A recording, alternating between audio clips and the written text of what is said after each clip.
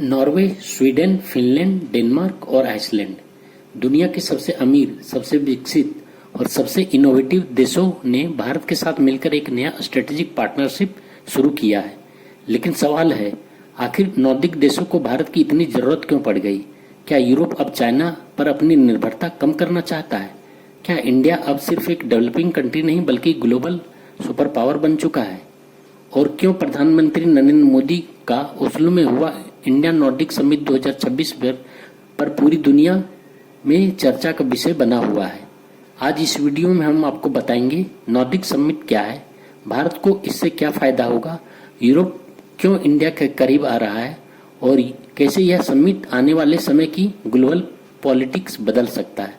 Prime Minister Narendra Modi dubs the third India-Nordic summit in Oslo as the start of the golden age in relations between these nations. Ties are elevated to a green technology and innovation strategic partnership. नमस्कार दोस्तों, मैं हूं अरविंद कुमार। सबसे पहले समझते हैं आखिर ये नॉर्डिक समिट में कौन कौन से देश शामिल हैं। तो इनमें जो देश शामिल हैं वो सभी यूरोप के हैं और ये देश हैं नॉर्वे, स्वीडन, डेनमार्क, फिनलैंड और आइसलैंड। पॉपुलेशन बिल्कुल कम लेकिन इन्फ्लुएंस बहुत बड़ा। Building up defense-industrial collaboration, promoting talent mobility, enhancing cooperation in the Arctic and blue economy figure prominently in the list of 8 outcomes of the third India-Nordic summit. ये देश दुनिया में technology, clean energy, innovation, education, shipping, artificial intelligence और quality of life के मामले में सबसे आगे माने जाते हैं। और अगर हम नॉर्वे की बात करें तो उसके पास दुनिया का सबसे बड़ा सोवरेन वेल्थ फंड है जिसकी वैल्यू 1.8 ट्रिलियन डॉलर से भी ज्यादा मानी जाती है। स्वीडन स्पॉटिफाई, आइकिया, इरेक्सन और साप जैसे ग्लोबल कंपनीज का देश है। फिनलैंड एजुकेशन मॉडल में बहुत नंबर 1 है और नोकिया के लिए फेमस है। डेनमार्क विंड एनर्जी के लिए सुपर पावर माना जाता है और आइसलैंड जियोथर्मल एनर्जी का ग्लोबल लीडर है। यानी छोटी देश लेकिन ग्लोबल इन्फ्लुएंस बहुत बड़ा। अब सवाल है, इंडिया नॉर्डिक समिट आखिर है क्या? इस समिट की शुरुआत हुई थी 2018 स्टॉकहोम से, फिर दूसरा समिट 2022 में कोपेनहेगन में हुआ और तीसरा समिट 2026 में समिट अभी हो रहा है नॉर्वे की राजधानी ओस्लो में।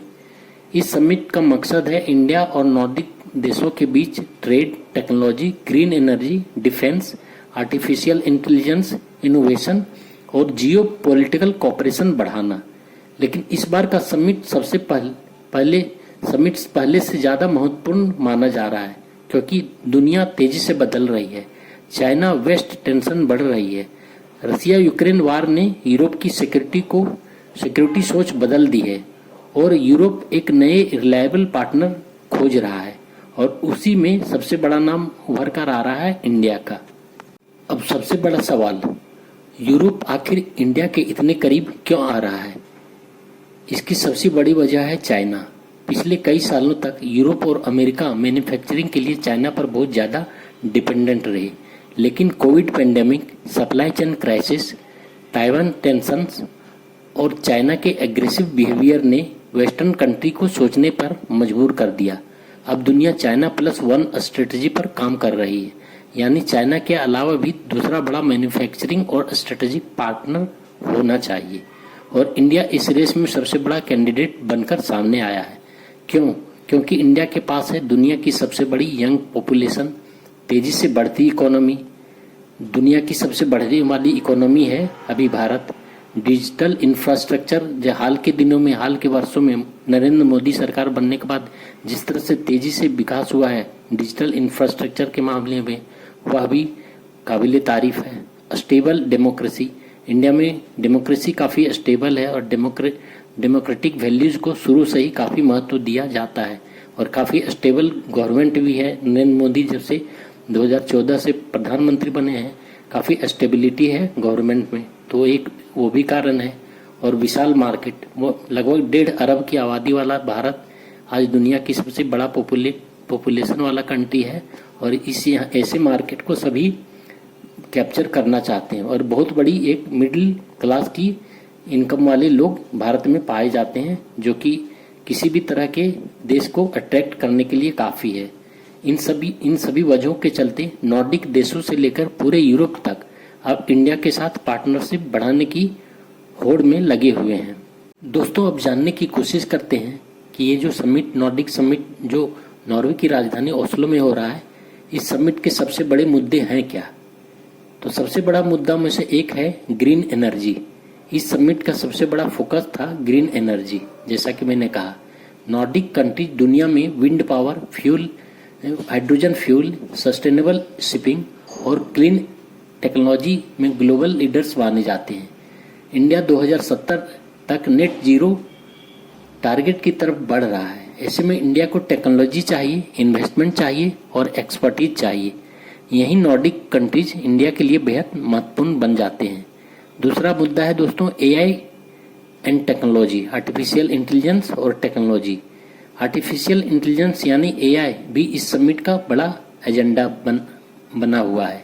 इंडिया और Nordic countries artificial intelligence, cyber security, digital governance, semi conductor, deep tech startups पर मिलकर काम करना चाहते हैं। स्वीडन और फिनलैंड जैसे देशों के पास एडवांस इनोवेशन इकोसिस्टम है, जबकि इंडिया के पास मैसिव डिजिटल स्किल यानी टेक्नोलॉजी प्लस मार्केट का पावरफुल कॉम्बिनेशन इन दोनों ग्रुपिंग के पास जबरदस्त है। ट्रेड और इन्वेस्टमेंट तीसरा मुद्दा है।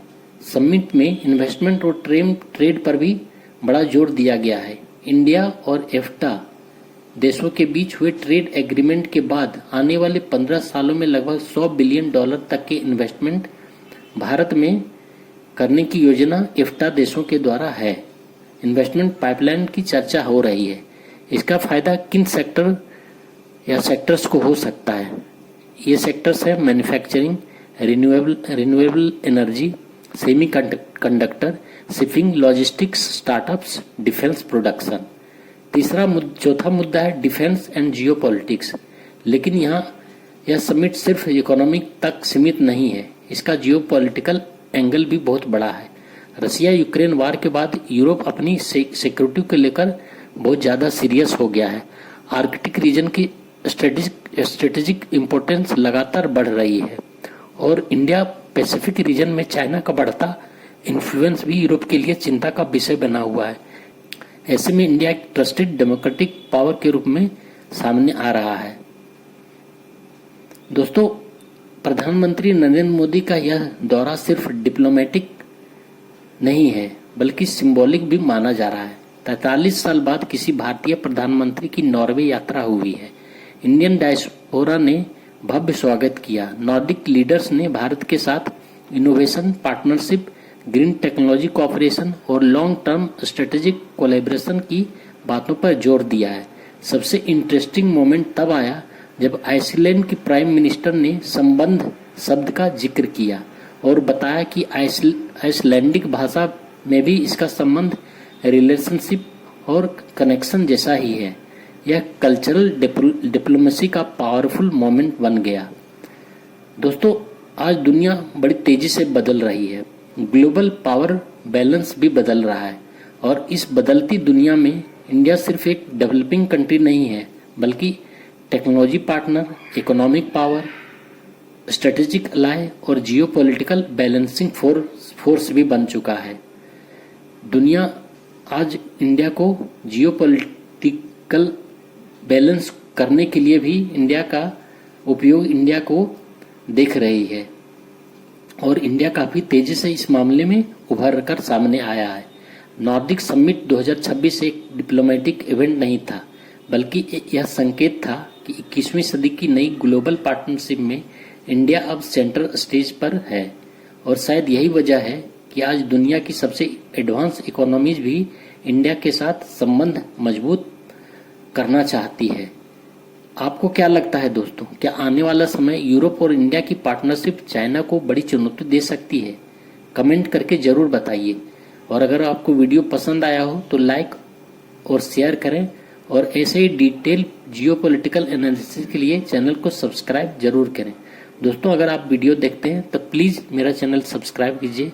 दोस्तों बहुत अधिकतर लोग होते हैं कि मेरा चैनल देखते हैं लेकिन सब्सक्राइब नहीं करते। मुश्किल से 1 सेकंड आपको सब्सक्राइब और लाइक करने में लगेगा, तो प्लीज़ लाइक करें, सब्सक्राइब करें और अपने दोस्तों के साथ शेयर भी करें जिसको इन सब चीज़ों में इंटरेस्ट हो। Thank you so much.